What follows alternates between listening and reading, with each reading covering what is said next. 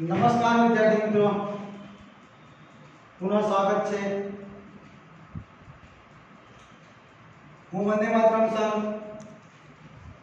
आज धोरण 10 सामाजिक विज्ञान प्रकरण नंबर 17 आर्थिक समस्याओं ने પડકારો गरीबी અને બેરોજગારી એનો વિડિયો લેક્ચર નંબર 6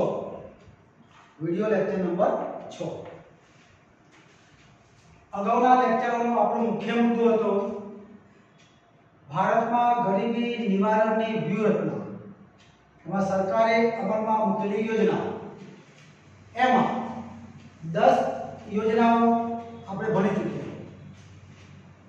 11મી યોજના એમાં જ્યોતિ ગ્રામોદ્યોગ વિકાસ યોજના, જ્યોતિ ગ્રામોદ્યોગ વિકાસ યોજના એમાં શું હોય છે કે ગામડામાં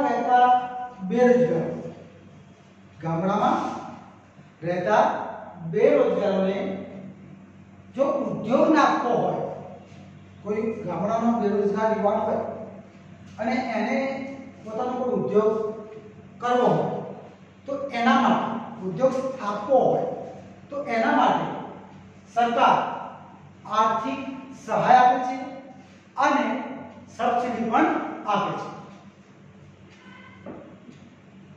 એની અંદર એ ઉદ્યોગકારે એ યુવાને પ્લાન્ટ નાખવાનો હોય, એને જમીનની જરૂર પડે, એને યંત્રોની જરૂર પડે, એને વીજળીની જરૂર પડે, એને ઘણી બધી મૂડીની જરૂર પડે છે। તો આ મૂડી માટે એ ઉદ્યોગકારને સરકાર દ્વારા આર્થિક સહાય અને સબસિડી આપવામાં આવે છે। ગ્રામ્ય કક્ષાએ ગામડામાં તમે જાણો છો સ્ટાર્ટઅપ ઇન્ડિયા સરકારનું આ એક યોજના છે સ્ટાર્ટઅપ ઇન્ડિયા। એની અંદર નવા આઈડિયા સાથે એક નવો જ વિચાર, નવો આઈડિયા, એક નવા યુનિક વિચાર સાથે આવનાર યુવાનને સરકાર તાલીમ આપે છે અને એને અન્ય આર્થિક સહાય પણ કરે છે, જેમાં એને વીજળી માટે, જમીન માટે, યંત્રો માટે કે અન્ય જરૂરિયાત માટે નાણાંની જરૂર સરકાર પૂરી પાડે છે। ત્યારબાદ બીજી યોજના વાજપાઈ બેંકેબલ યોજના, વાજપાઈ બેંકેબલ યોજના। આમાંથી પણ બોર્ડની અંદર ક્વેશ્ચન પૂછાઈ શકે છે, ધ્યાન આપો। આમાં શું હોય, વાજપાઈ બેંકેબલ યોજનામાં આ યોજના ગામડું અને શહેર બંનેમાં લાગુ છે, કારણ કે બેરોજગાર તો ગામડામાં પણ હોય છે અને શહેરમાં પણ હોય છે। તો ગામડું અને શહેરમાં 18 થી 65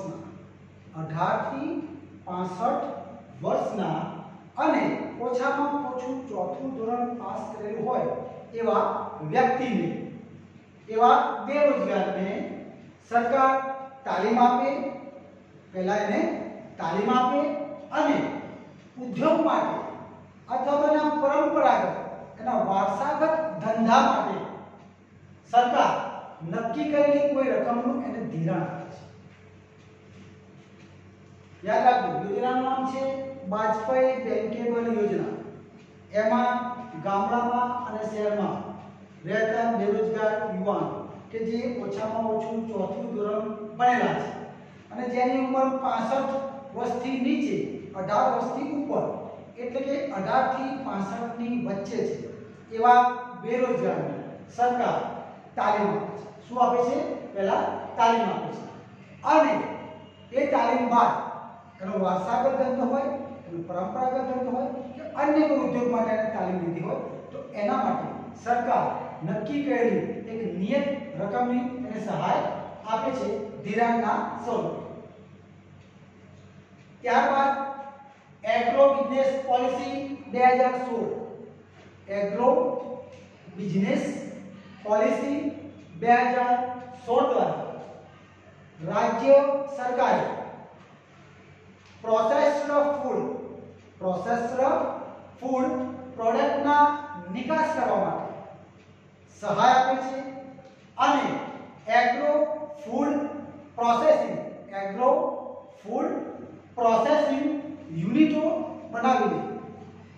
રાજ્યમાં ઓછામાં ઓછી 10 લાખ રોજગારી ઊભી કરવાનું સરકારનું લક્ષ્યાંક છે. કેટલી? ઓછામાં ઓછી 10 લાખ લોકોને રોજગારી આપવાનો સરકારનો લક્ષ્યાંક છે. બીજી એક યોજના આપણી મૂળ વાત ચાલે છે દેશની અંદર બેરોજગારી દૂર કરવાની વ્યૂહરચના, ગરીબી દૂર કરવાની વ્યૂહરચના. એમાં પોઈન્ટ નંબર 14 મહાત્મા ગાંધી રાષ્ટ્રીય ગ્રામીણ બેરોજગાર, મહાત્મા ગાંધી રાષ્ટ્રીય ગ્રામીણ બેરોજગાર બાંધણી યોજના, જેનું ટૂંકું નામ છે મનરેગા. આ યોજના તમે અનેકવાર વાંચજો, અનેકવાર લખજો, એને ખાસ તૈયાર કરજો. આ યોજના વારે વારે નાની મોટી તમામ પરીક્ષાઓમાં પૂછાય છે. આ મનરેગા યોજના શું છે? પરીક્ષામાં ડાયરેક્ટ પૂછાય, સમજાવો. મનરેગા યોજના એમાં રોજગારલક્ષી કાર્યક્રમો છે. રોજગાર જે સીધું નાણાંની સહાય કરો, એને કામ આપો અને કામના બદલામાં રોજગારી આપો. ગામડામાં એમાં શું છે કે એનું એક સુંદર સૂત્ર છે, આપણા ગામમાં આપણું કામ, આપણા ગામમાં આપણું કામ, સાથે મળે છે વ્યાજબી દામ. આ એનું લોકપ્રિય સૂત્ર છે. એમાં શું છે તો રાજ્યની અંદર ગામડામાં રહેતા જે કુટુંબો હોય એ કુટુંબોમાં જે પુખ્ત વયના લોકો, પુખ્ત વયના વ્યક્તિઓ હોય, જે સભ્યો હોય કે જેની ઉંમર તબિયત થોડી વીક છે, ગામડામાં રહેતા કુટુંબો અને એમાં જે પુખ્ત વયના હોય કે જેની ઉંમર 18 વર્ષથી વધારે હોય એવા કે જે શારીરિક શ્રમ કરી શકે. બધા કેવા જોઈએ? શારીરિક શ્રમ કરી શકે એવા બિનકુશળ, કોઈ કુશળતાની જરૂર નથી, કોઈ નોલેજ, જ્ઞાન, કોઈ ટેકનિક એની કોઈ જરૂર નથી. બિનકુશળ બસ આવી જાય વ્યક્તિ એમ પણ શ્રમ કરી શકે એવા બિનકુશળ વ્યક્તિ કે જે કામ ઈચ્છતા હોય, કામ માંગતા હોય, કામની શોધમાં હોય એવા લોકોને કામની તકો આપવામાં આવે છે અને એવા લોકોને કામ આપવામાં આવે છે અને કામની તક આપવામાં આવે છે. એમાં કુટુંબ દીઠ એક સભ્ય, ગામડામાં કુટુંબ દીઠ એક સભ્યને નાણાકીય વર્ષમાં 100 દિવસ એને રોજગારી આપે. પર ડે 7 કલાક, દિવસના 7 કલાક સરકાર એને કામ આપે કે ભાઈ તારે આ કામ કરવાનું. વર્ષની અંદર 100 દિવસ સરકાર એને કામ આપશે નાણાકીય વર્ષમાં અને એને વેતનયુક્ત રોજગારી આપવામાં સરકારનો હેતુ એમાં સમાવેશ છે.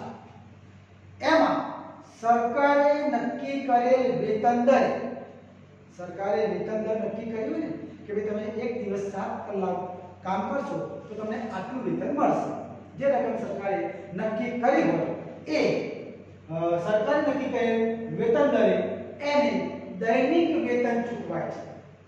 એને રોજે રોજ જે સાથે કામ પૂરું થાય એટલે એને પૈસા આપી દે, એનું કામનું એને મૂલ્ય મળી જાય. બીજું કે જો સરકાર કામ આપવામાં નિષ્ફળ જાય તો સરકારે કીધું કે બે અમે વર્ષની અંદર કુટુંબના એક વ્યક્તિને 1 વર્ષમાં ઓછામાં ઓછા 100 દિવસ કામ આપીશું અને સરકારી નક્કી કરેલા વેતન દરે અમે એને વેતન આપીશું. રોજના 7 કલાક એને કામ કરવાનું રહેશે. ઓકે. પણ માનો કે સરકાર એને કામ આપવામાં નિષ્ફળ જાય તો કામ કરવા વ્યક્તિ તૈયાર છે પણ સરકાર એને કામ આપવામાં નિષ્ફળ જાય તો શું? તો સરકાર એને બેકારી ભથ્થું આપશે. એ જવાબદારી ગવર્નમેન્ટની છે, સરકારની છે. પેલા લોકો કહેશે કે આમ રેડી, વી આર રેડી, અમે કામ કરવા માટે તૈયાર છીએ, અમને કામ આપો. તો આ યોજના એવી છે કે સરકાર એમને વર્ષમાં 100 દિવસ રોજના 7 કલાક લેખે કામ આપે, અને જો કામ ના આપી શકે તો સરકાર એમને બેકારી ભથ્થું આપે. બીજું, હવે વાત એવી થાય કે સરકારે આ યોજના અમલમાં મૂકી દીધી ગામડામાં. હવે સરકાર એમની પાસે કામ શું કરાવે? આ પ્રશ્ન છે. તો સરકાર એમની પાસે કયા કામ કરાવશે? તો ગ્રામ વિકાસના કામ કરાવે. ગામનો વિકાસ થાય એવા સરકાર એની પાસે કામ કરાવે છે. એની અંદર શૌચાલય બનાવવાના હોય, કૂવા બનાવવાના હોય, જમીન સમથળ કરવાની હોય, કોઈ ઉબડ-ખાબડ જમીન હોય, કોઈ ટેકરો હોય, ખાડો હોય, ઢાળ હોય, તો એને સમથળ કરવી. જમીન સમથળ કરાવી, બાગાયતી કામો સરકાર એને આપે. ત્યારબાદ ઇન્દિરા આવાસ યોજના, એમાં મજૂરી કામ આપે. ત્યારબાદ ઢોર અથવા તો છાપરી બાંધવા માટે સરકાર એને કામ આપે. જૈવિક ખાતર બનાવવાનું સરકાર એને કામ આપે. મરઘા કે બકરાના શેડ બનાવવાનું સરકાર એને કામ આપે. માછલી સૂકવવા માટેની સરકાર એને કામ આપે. એને જે યાર્ડ હોય, માછલી સૂકવવા માટેનું યાર્ડ, તો એમાં સરકાર એને કામ આપે. કેનાલ સફાઈનું સરકાર એને કામ આપી શકે. જળ સંગ્રહના કામો કરાવે, કુવા રિચાર્જ કરાવવા, તળાવ ઊંડા કરવા, તળાવ સાફ કરવા, રોડ રસ્તા સાફ કરવા, અને આવા અનેક કામો સરકાર એને આપી શકે છે. ત્યારબાદ વનીકરણનું કામ સરકાર એમને આપી શકે. રસ્તા સુધારણાના કામો સરકાર આપી શકે. તળાવ મોટા કરવા, એને ઊંડા કરવા, એના કામો પણ સરકાર આપે. આવા સરકાર પાસે ગ્રામ વિકાસના અનેક કામો હોય છે. એ અનેક કામ સરકાર એ પેલા શ્રમિકને આપે છે, અને વર્ષમાં, નાણાકીય વર્ષમાં, એક વર્ષમાં 100 દિવસ એને 7 કલાક પર ડે લેખે એને કામ આપે છે. સરકારે નિયત કરે વેતન દે. જો સરકાર એને કામ આપવામાં નિષ્ફળ જાય તો સરકારે એને બેઠા બેઠા કામ ના કરે તો પણ એને બેકારી ભથ્થું ચૂકવવું પડે છે. તો આ યોજના છે મનરેગા. એનું નામ છે મહાત્મા ગાંધી રાષ્ટ્રીય ગ્રામીણ બેરોજગાર બાંહેધરી યોજના. આ બધા મુદ્દાઓથી ક્યાંક ને ક્યાંક લોકોને રોજગારી મળશે, કામ મળશે, આવક થશે, એની જરૂરિયાત સંતોષાશે, અને ગરીબીમાંથી ધીરે ધીરે બહાર આવશે. તો આ દેશમાંથી ગરીબી દૂર કરવાની વ્યૂહરચનાનો જે મુખ્ય મુદ્દો હતો, મુખ્ય પોઈન્ટ હતો, એ અહીંયા આપણે અત્યારે પૂર્ણ થાય છે. એ મુદ્દો અહીંયા આપણે પૂર્ણ કર્યો. હવે વાત કરીએ ગરીબી પછી એક આપણો એક બીજો પજરતો પ્રશ્ન છે બેરોજગારી. આમાં ખાસ ધ્યાન આપો. આ પ્રકરણની અંદરથી ઘણા બધા પ્રશ્નો પરીક્ષામાં પૂછાય છે. પ્રકરણ ખૂબ લાંબુ છે, ખૂબ સમજવું પડેલું છે. બેરોજગારી, અનએમ્પ્લોયમેન્ટ. આ મુખ્ય મુદ્દો આપણો નવો આવે છે. અત્યાર સુધી વાત કરી ગરીબીની. ગરીબી દૂર કરવાની વ્યૂહરચનાઓની પણ આપણે ચર્ચા કરી. હવે આપણે નવો અહેમ મુદ્દો આવે છે બેરોજગારી. મુદ્દો બેરોજગારી, એનો અર્થ શું પૂછાય? બેરોજગારીની વ્યાખ્યા લખો અથવા બેરોજગારીનો મતલબ સમજાવો. તો બેરોજગારી કોને? મિત્રો, પુખ્ત વયની વ્યક્તિ, જો શરૂ થાય છે, પુખ્ત વયની વ્યક્તિ કે જેની ઉંમર 15 થી 60 વર્ષની વચ્ચે. પહેલી વાત, પુખ્ત વયની વ્યક્તિ જેની ઉંમર 15 થી 60 વર્ષની વચ્ચે હોય, એ વ્યક્તિ બજારમાં પ્રવર્તમાન દરે, બજારમાં કામના જે વેતન ચાલતું હોય કે આ કામ કરવાથી આટલો પગાર મળે, આટલું વેતન મળે, એને પ્રવર્તમાન વેતન દર કહેવાય. એ વ્યક્તિ કે જે બજારમાં પ્રવર્તમાન વેતન દરે કામ કરવાની ઈચ્છા ધરાવતો, સમજો, જોડે જોડે વૃત્તિ ધરાવતો હોય. સમજો શું કહેવા માંગુ છું? વ્યક્તિ પુખ્ત વયનો હોય, બજારમાં પ્રવર્તમાન દરે કામ કરવાની ઈચ્છા ધરાવતો હોય, કામ કરવાની વૃત્તિ પણ હોય, યોગ્ય એની શક્તિ પણ હોય, યોગ્ય કામ કરવાની લાયકાત પણ હોય, કામની શોધમાં પણ હોય, છતાં એને કામ ના મળે તો એને બેરોજગાર અથવા તો બેકાર વ્યક્તિ કહેવાય. બેરોજગાર શું એટલે થઈ? બેરોજગારી એટલે શું થઈ કે જેની ઉંમર 15 થી 60 વર્ષની વચ્ચે તો પુખ્ત વયનો વ્યક્તિ કે જે બજારમાં પ્રવર્તમાન દરે કામ કરવાની ઈચ્છા ધરાવે છે, કામની વૃત્તિ ધરાવે છે, કામની લાયકાત પણ છે, કામની શોધમાં પણ છે, એની યોગ્યતા પણ છે, છતાંય એને એની યોગ્યતાના ધોરણે કામ ના મળે તો એવા વ્યક્તિને બેરોજગાર કે બેકાર કહેવામાં આવે છે. અને આની સામૂહિક પરિસ્થિતિને એક કરતા વધારે છે, સામૂહિક પરિસ્થિતિને બેરોજગારી કહે છે. અને આવી બેકારી, આવી બેરોજગારી ફરજિયાતપણે એ ભોગવે છે, નથી ભોગવવી. કામ કરવું છે, લાયકાત છે, કામની શોધમાં છે, પ્રવર્તમાન દરે કામ પણ કરવું છે, શક્તિ છે અને વૃત્તિ છે, કામ શોધે છે, છતાં એને કામ મળતું નથી. એટલે એને ફરજિયાતપણે આવી બેકારી ભોગવવી પડે છે. અને આના લીધે એને એના ઈચ્છા વિરુદ્ધની, વ્યક્તિની ઈચ્છા વિરુદ્ધની અથવા તો અનૈચ્છિક બેરોજગારી કહેવાય. ઈચ્છા વિરુદ્ધની બેકારી અથવા તો અનૈચ્છિક બેરોજગારી. એ ઈચ્છતો નથી કે હું બેરોજગાર, છતાં એ બેરોજગાર એટલે એને ઈચ્છા વિરુદ્ધની બેરોજગારી કહેવાય. બેરોજગાર કોને ના કહેવાય? તમને હાલ એવું પડે કે બેરોજગાર કોને કહેવાય કે આવું હોય તો એને બેરોજગાર કહેવાય. તો બેરોજગાર કોને ના કહેવાય? બેરોજગાર ના કોને કહેવાય? તો કોનો સમાવેશ બેરોજગારમાં ના થઈ શકે? આ પણ એક વિરોધાભાસ પ્રશ્ન છે. જો કોઈ વ્યક્તિ વધુ વેતન માંગે, પેલો પ્રવર્તમાન દરે કામ કરવા તૈયાર હતો, આ વ્યક્તિ વધુ વેતન માંગે છે, વધુ પગાર માંગે છે. જો કોઈ વ્યક્તિ વધુ વેતન માંગે, બીજું 15 થી 60 વર્ષની વય જૂથમાં ના હોય, પેલો 15 થી 60 વર્ષની વય જૂથમાં હતો, અહીંયા 15 થી 60 વર્ષની વય જૂથમાં ના હોય, બીજું અપંગ હોય, અશક્ત હોય, રોગિષ્ઠ હોય,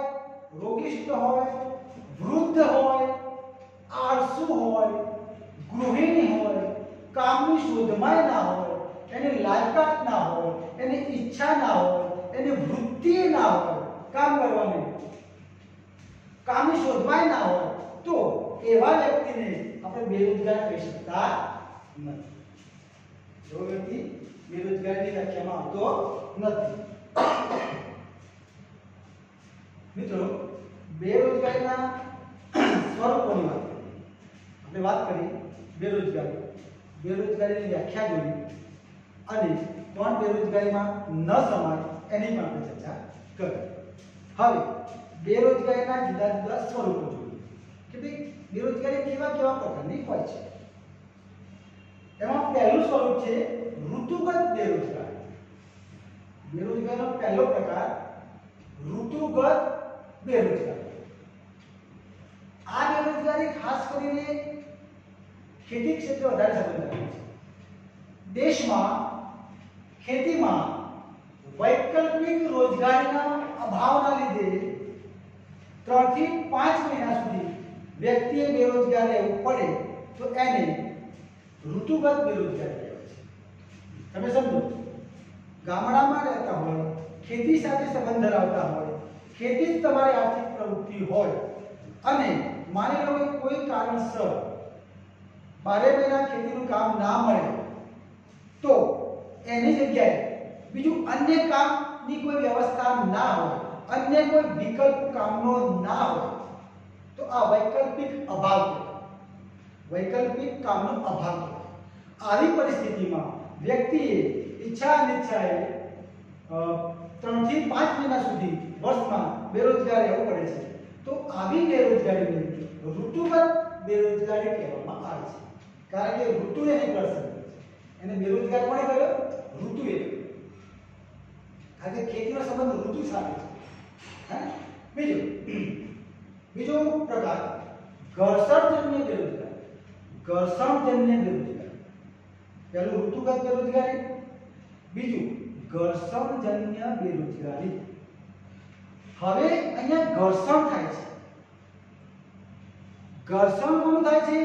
ટેકનોલોજી. જૂની ટેકનોલોજી એની જગ્યાએ કોઈ નવી ટેકનોલોજી આવે એ જ કામમાં, તો નવી આવેલી ટેકનોલોજીનું જ્ઞાન પેલા કામ કરનાર વ્યક્તિ પાસે હોતું નથી. સમજો તો એવા સમયમાં અમુક સમય માટે એને બેરોજગાર થવું પડે છે. આમાં ઘર્ષણ કોણ થયું? ટેકનોલોજીનું.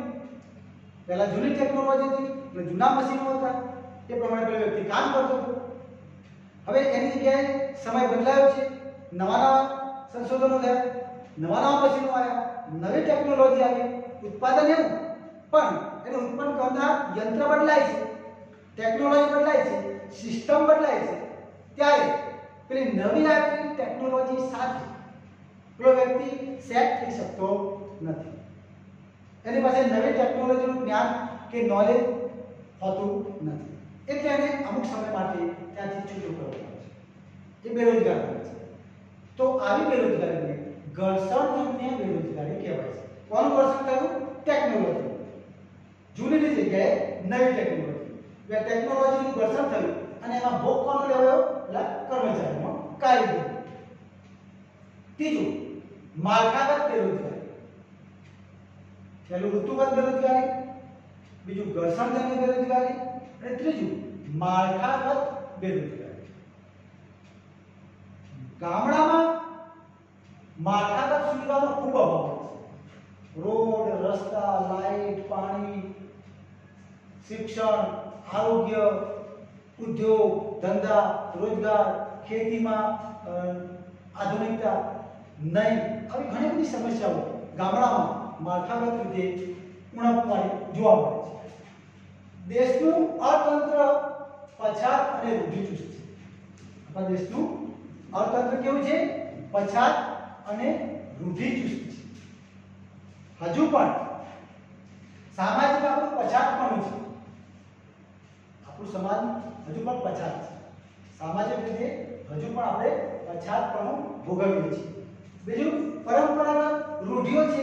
ગામડામાં પરંપરાગત અને રૂઢિઓ છે અને પરંપરાગત રિવાજો છે. નિરક્ષરતા છે. શું છે? નિરક્ષરતા છે અને માળખાગત સુવિધાઓનો ખૂબ મોટો અભાવ છે. આવા અનેક સંયુક્ત કારણો છે. અનેક સંયુક્ત કારણોથી માળખાગત બેરોજગારીનો જન્મ થાય છે. ચોથું પ્રચ્છન્ન કે છુપી બેરોજગારી. પ્રચ્છન્ન કે છુપી અથવા તો ગુપ્ત બેરોજગારી. આ બેરોજગારીમાં શું છે મિત્રો? એમાં કામની અંદર જરૂર કરતા વધારે લોકો રોકાયેલા હોય. કામમાં જરૂર કરતા વધારે શ્રમિકો જોડાયેલા હોય તો વધારાના શ્રમિકોને ખસેડી લઈએ તો ઉત્પાદનમાં કોઈ ફરક પડતો નથી, ઉત્પાદન ઘટતું નથી. તો પેલા વધારાના શ્રમિકોને ગુપ્ત બેરોજગાર કહેવાય. આનું તમને ઉદાહરણ સાથે સમજાવું. ગામડામાં માની લો કે 10 વ્યક્તિ ભેગા થઈ અને એક ચોક્કસ ક્ષેત્રફળના ખેતરમાં ખેતી કરે છે અને કંઈક ઉત્પન્ન કરે છે। એ 10 ને પૂછો કે શું કરો છો તમે, તો કે અમે ખેતી કરીએ છીએ। પહેલાને પૂછ્યું તો આ ખેતી, બીજાએ ખેતી, ત્રીજાએ ખેતી, એમ 10માએ કીધું ખેતી કરી છે। એ 10 લોકો પેલી ખેતીના વ્યવસાય સાથે એક ચોક્કસ ક્ષેત્રફળવાળા ખેતરમાં એ લોકો કામ કરે છે અને ઉત્પાદન કરે છે। એ 10 ને શું લાગે છે કે અમે આર્થિક પ્રવૃત્તિ કરીએ છીએ ખેતી, ઓકે, એમાંથી એ x y કે z ઉત્પન્ન કરે છે।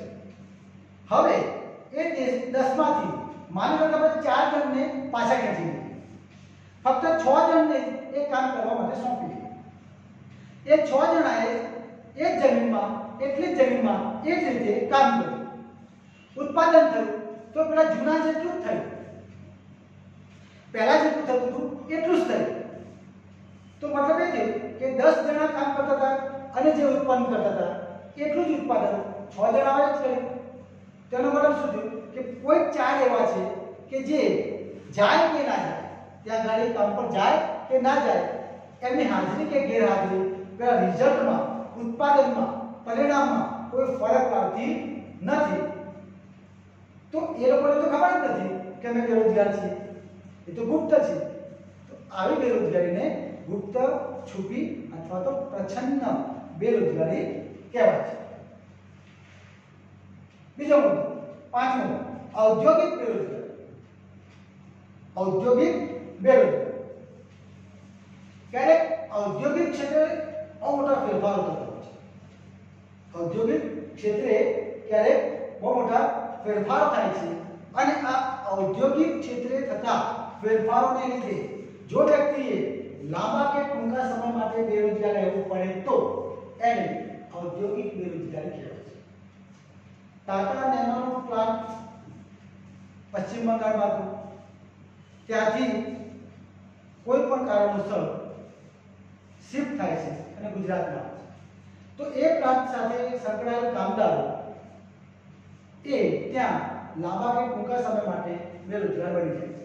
આમાં વાત શું બની કે ઉદ્યોગોમાં આવેલો ફેરફાર કોઈ પણ કારણસર ઔદ્યોગિક ક્ષેત્રે થતા ફેરફારથી પણ વ્યક્તિએ લાંબા કે ટૂંકા સમય માટે બેરોજગાર રહેવું પડે છે, તો એને ઔદ્યોગિક બેરોજગારી કહે છે। 6થું, શિક્ષિત બેરોજગારી।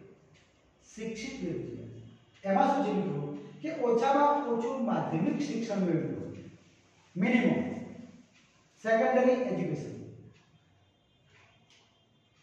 વ્યક્તિએ ઓછામાં ઓછું માધ્યમિક શિક્ષણ મેળવેલું હોય અને જો વ્યક્તિ બેરોજગાર હોય તો એને શિક્ષિત બેરોજગાર કહેવાય છે। કેટલું શિક્ષણ? માધ્યમિક શિક્ષણ ઓછામાં ઓછું મેળવ્યું હોય તો એને કામ ના હોય એની પાસે, તો એને શિક્ષિત બેરોજગાર કહેવાય। હવે મિત્રો પ્રશ્ન એ થાય કે દેશની અંદર આટલી બધી બેરોજગારી છે તો એના કારણો કયા?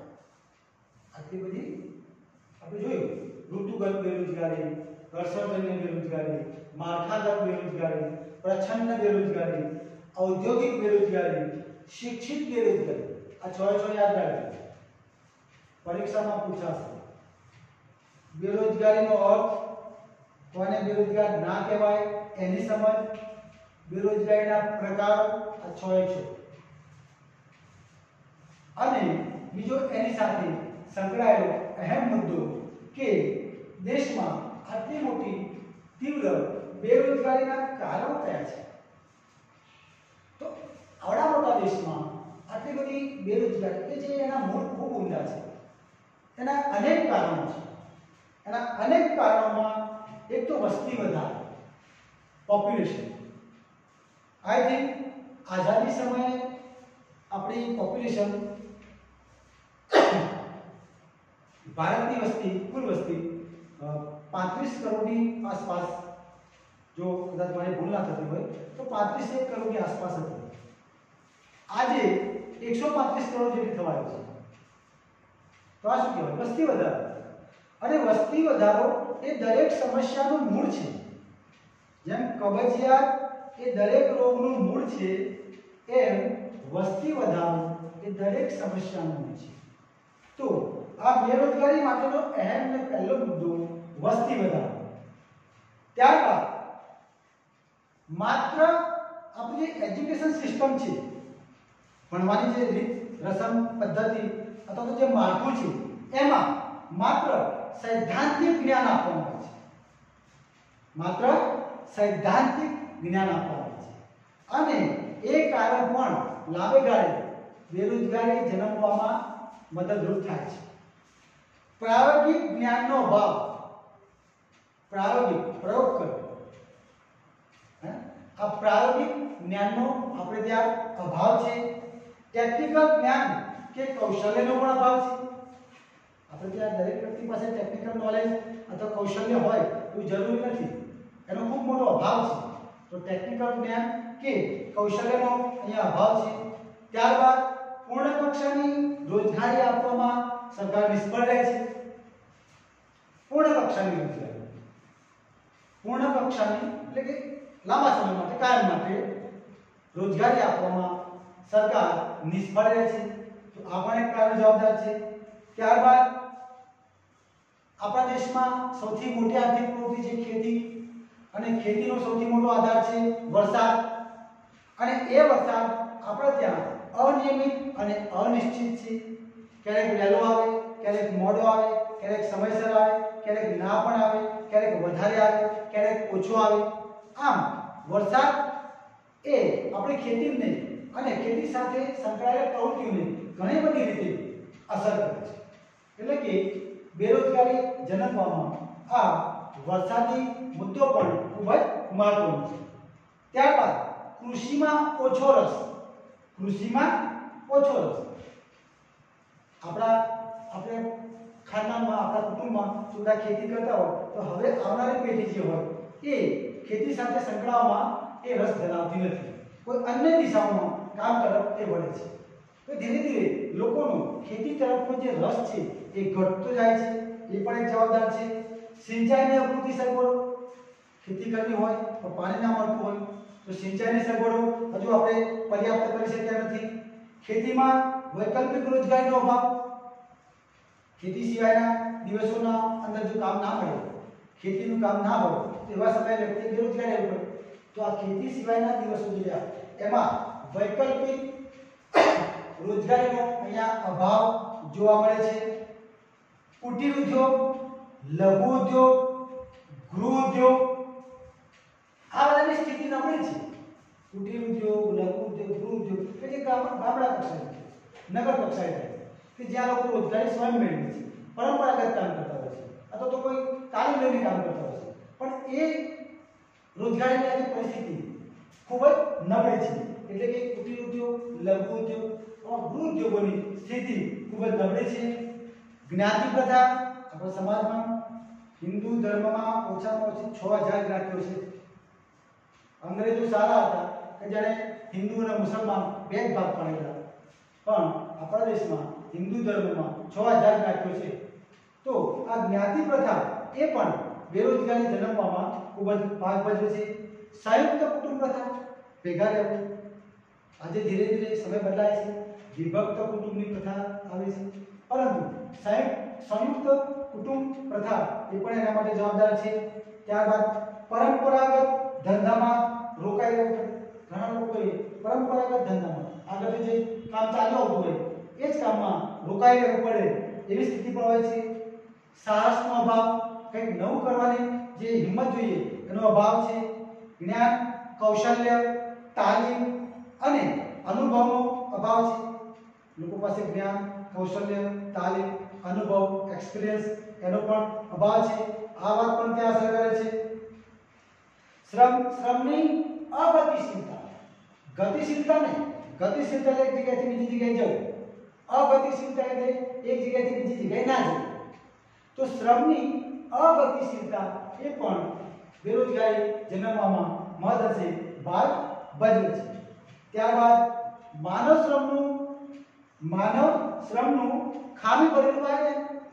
ભારતમાં આટલી મોટી જનસંખ્યા છે, બહુ મોટા દેશ, કદાચ વર્લ્ડની અંદર સૌથી વધારે યુવાનો ધરાવતો કોઈ દેશ હોય તો એ ભારત છે. માનવ શ્રમ અથવા તો માનવ શક્તિ દેશ પાસે ખૂબ છે, પરંતુ એ શક્તિનું દેશના વિકાસ માટે ઉપયોગ કરવામાં જે આયોજન થવું જોઈએ એ આયોજન ક્યાંક ને ક્યાંક ખામી ભરેલું જોવા મળે છે. બીજો મુદ્દો છે ઔદ્યોગિક ક્ષેત્રનો વિકાસ કર્યો છો. ઉદ્યોગોમાં જે વિકાસ થવો જોઈએ એનો જે વિકાસ દર છે, ઉદ્યોગોનો વિકાસ દર, એ ઉદ્યોગોનો વિકાસ દર ધીમો છે, ઓછો છે. લોકોમાં બચત વૃત્તિનો અભાવ છે. બચત કરવા લોકો પ્રેરાતા નથી. જો બચત ના થાય, બચત ના કરે તો મૂડીનું સર્જન ના થાય. તો આ મૂડીના સર્જનના અભાવે નવા ઉદ્યોગો કે નવી રોજગારી અથવા તો નવા રોકાણો કરવામાં આપણે સફળ થતા નથી. એટલે નવા રોજગારમાં આપણે રોકાણ એમાં કરી શકતા નથી. એ શોર્ટ બચત વૃત્તિ એનાથી નવી મૂડીનું સર્જન થાય છે અને નવી સર્જાયેલી મૂડી એ ઘણી બધી રોજગારી આપવામાં ભાગીદાર બને છે. તો અહીંયા મૂળ પોઈન્ટ બને છે કે નવી બચત જે આપણી વૃત્તિ હોય એ બચત વૃત્તિમાં લોકોનો થોડો વિશ્વાસ ઓછો અથવા તો રસ ઓછો એ પણ આ બેરોજગારી વધારવામાં મહત્વની જવાબદાર છે. આ બધી ટૂંકી આપણે વાત કરી કે દેશમાં બેરોજગારી વધવાના અથવા તો બેરોજગારી હોવાના કયા કયા કારણો જવાબદાર છે એની આપણે આ ચર્ચા કરી. આ લેક્ચર આપણે અહીંયા પૂર્ણ કરીએ. લેક્ચર નંબર 6 પ્રકરણ 17 ધોરણ 10 સામાજિક વિજ્ઞાન એનું લેક્ચર નંબર 6 અહીંયા આપણે પૂર્ણ કરીએ છીએ. હું વંદે માતરમ સર ફરી મળીશું આવતા લેક્ચરમાં, આવતા સમયમાં. ત્યાં સુધી વંદે માતરમ.